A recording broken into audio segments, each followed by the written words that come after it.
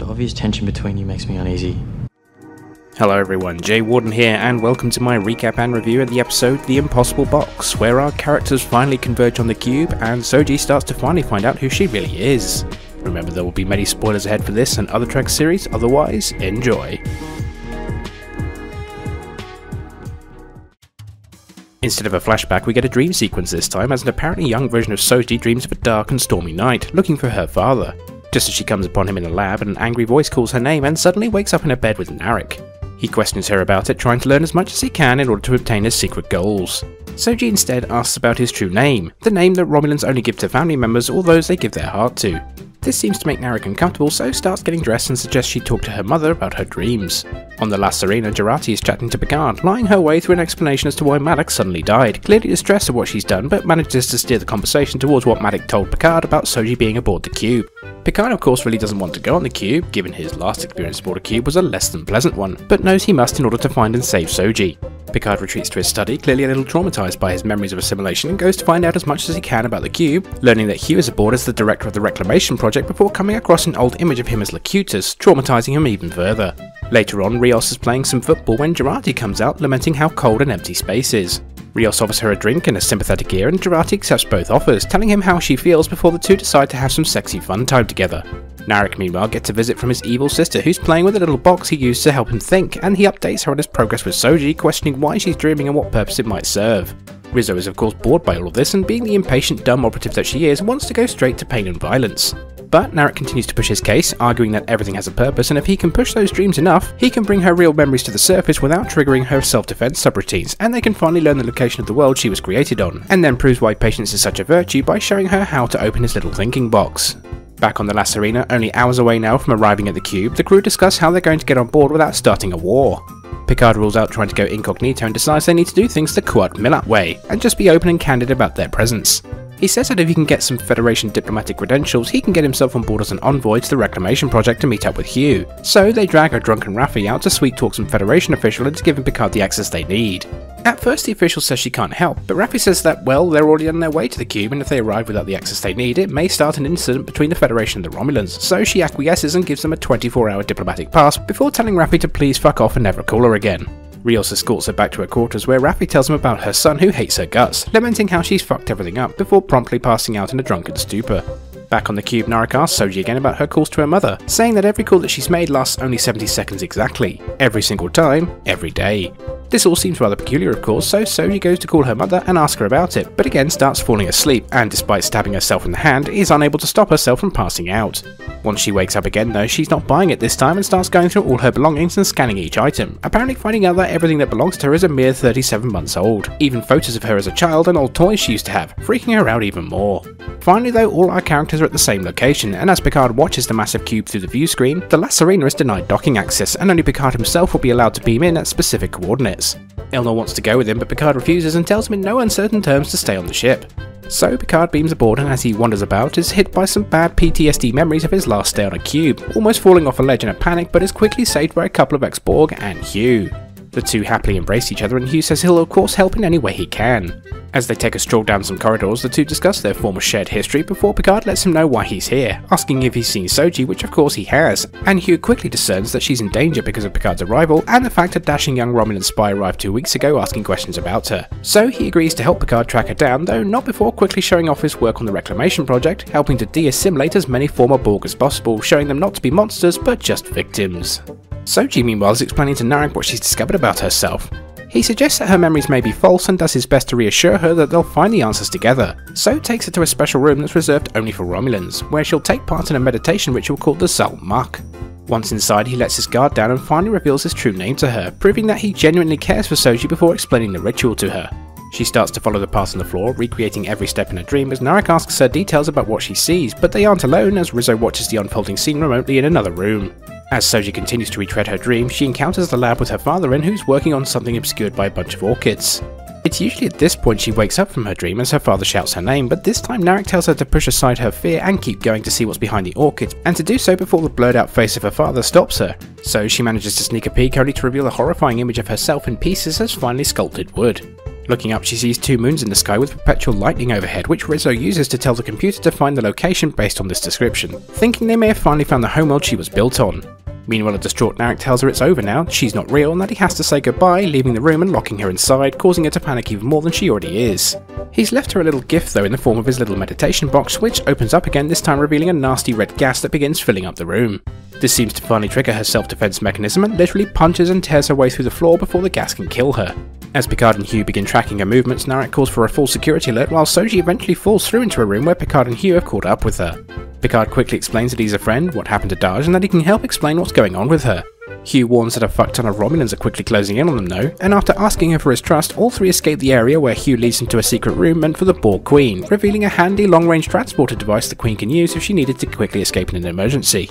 Before they can activate, several guards arrive but are quickly dispatched by Elnor, who, without any explanation, managed to quietly beam himself off the ship to their exact location.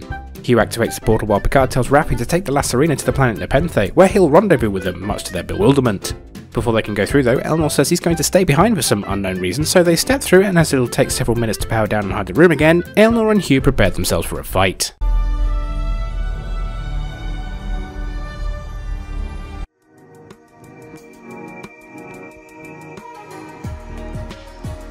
Finally, an episode I don't feel too ambivalent about, and I can say with relative certainty that this was by far the strongest episode of the season we've had yet.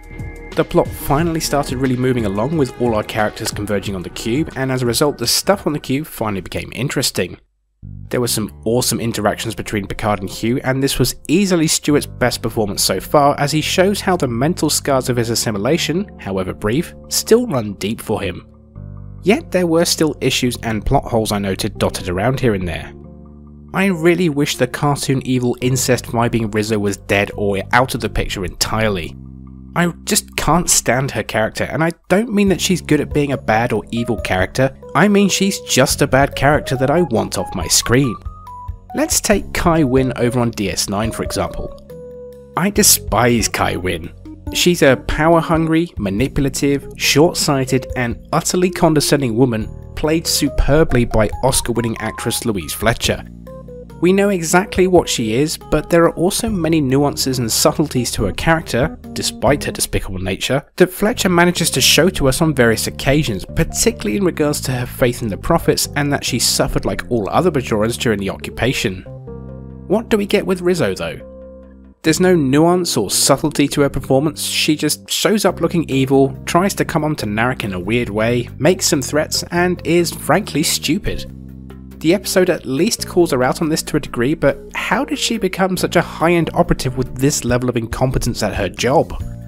Narek on the other hand was far better in this episode than any other, as he shows actual subtleties and nuances to his character and how he thinks, particularly made clear as he talks to Rizzo about the box that he uses to help him think and his insights into Soji. I also liked this introspection as to how and why she can dream and what function it might serve for an artificial life form. I also liked the addition to the lore that Romulans have more than one name, and for a society that's so secretive I think makes a lot of sense to have one name for outsiders but reserve your true name for only the family or those you love. As a result, it also makes clear this time that he really does genuinely care for Soji, but is otherwise still willing to do his job as he leaves her to presumably die once they finally get the location of the world she was created on. This surprised me slightly as I expected him to turn against Rizzo to save her, but there is still time for that I guess, though I think Soji's going to be rather pissed at his betrayal now should they ever meet up again. Still, I feel fairly certain for now that Narek will still end up killing Rizzo at some point, and oh do I really hope she dies.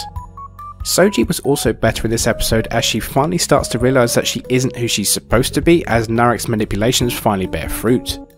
I've stated several times now that Soji isn't really a character, rather she's just a plot device and so has lacked any real personality and characterization, which has made most of her scenes rather dull for me. But I'm hoping now she's realising her true identity, or at least the beginnings of that realisation, we can finally move forward with her and establish who she really is as a person.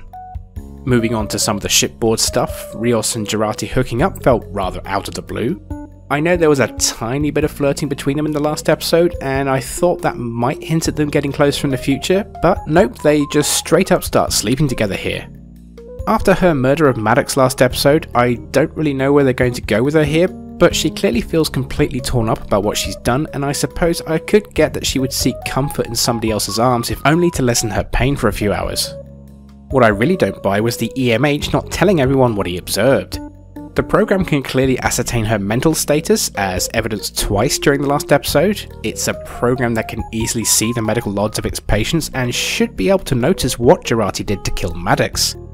I know though that Jurati is an advanced cyberneticist, so it is conceivable she reprogrammed or deleted the memories in question from the EMH, but no indication is given here that she did any such thing. This makes me wonder if the crew will actually find out what she's done at some point when they activate the EMH and he goes, oh yes, by the way, she did all this thing and she was very distressed. We'll see. Raffi meanwhile has gone off the rails again since her brief encounter with her son on Freecloud, and once again I find myself not really caring about her issues too much as she talks to Rios about her son and future granddaughter. She does at least serve a useful purpose in getting Picard special access to the cube so as not to create a diplomatic incident, but in the process seems to lose yet another friend as the person she contacts tells her to never call again. Her drunken behaviour felt like it was largely played for laughs, which is a rather odd tone to strike given how far off the rails she really is, but I'm hoping that she'll redeem herself by finding solace and comfort in being with this new crew, perhaps also renewing that sense of hope and optimism that's been sorely lacking so far in this era of Star Trek. Elnor gets a bit more to do here, and thankfully, given my concerns he'd be a bratty, angry teenager type given his abandonment issues with Picard, he's actually come across as pretty inoffensive, somewhat adorable, and more used for comedic effect with his obvious lack of social skills or awareness how the real world seems to work given he's lived a very sheltered life. He gets to show off his swordsmanship again to great effect, but I found myself really scratching my head at how he managed to beam in exactly to where they were, seemingly magically turning up at just the right moment, and then at the end he stays behind to help Hugh instead of going with Picard through the portal. Why is he doing this exactly? Why does he stand at the end of a long corridor waiting for enemies who presumably will have guns? Are they actually going to kill Elnor off here, given they leave the ending here ambiguous as to whether this was a last stand or not? Like I said last episode with 7, unless I see you die, you're probably not dead, and I know Hugh is alive as of the next episode, though I have this horrible feeling that they might kill off Hugh next. We got some more background information in this episode on the current relationship between the Federation and the Romulans and what the Reclamation Project is all about. The Federation and Romulan Free State seem to have a frosty relationship, with it being strongly implied that any attempt to board the cube without the special diplomatic access required would be an act of war. This makes sense, at least, given how the Federation abandoned the Romulans to their fate after their homeworld was destroyed. The Reclamation Project itself, meanwhile, is an independent institution outside both factions, which is why we see both Romulan and non-Romulan species all working together here. We also learn that Hugh is using this project to de-assimilate the X-Borg on the ship on a very large scale here, though he notes that they're still the most hated people in the galaxy and that they've pretty much just traded one queen for another because the Romulans are holding them all essentially prisoner there, with the exception of Hugh, who is now a Federation citizen and the director of the project, so he can come and go when he chooses. There was also a nice callback here by the use of the spatial trajector that Hugh uses to transport Picard and Soji away. This device is a reference to an early Season 1 Voyager episode, Prime Factors, where the crew come across a race called the Sicarians, a hedonistic species in the Delta Quadrant interested in new and pleasurable things, though quickly getting bored of them once they stop being novel.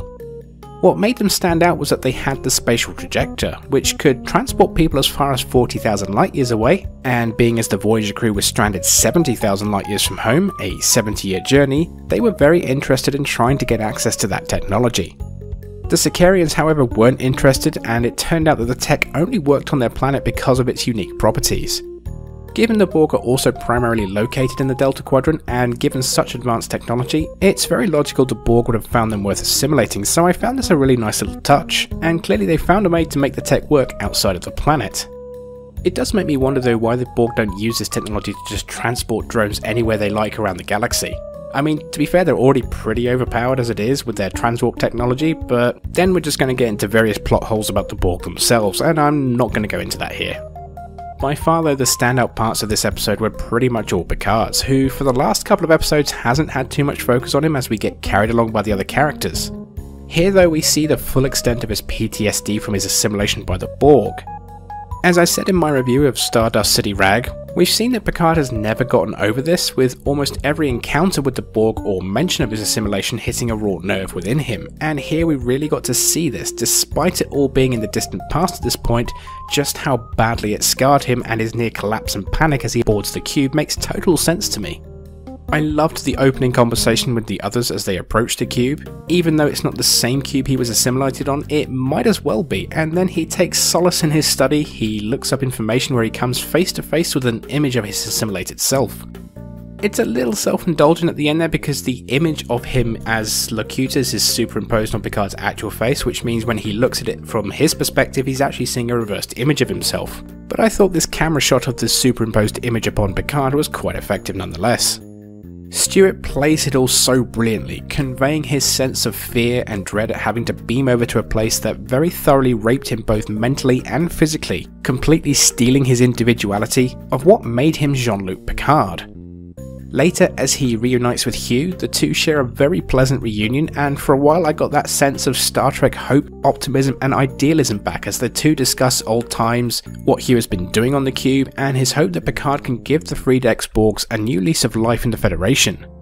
I also love Hugh talking about why they call themselves XBs and how a name is the start of a new identity, nicely calling back to how the crew of the Enterprise gave him his name in the first place when he was severed from the collective.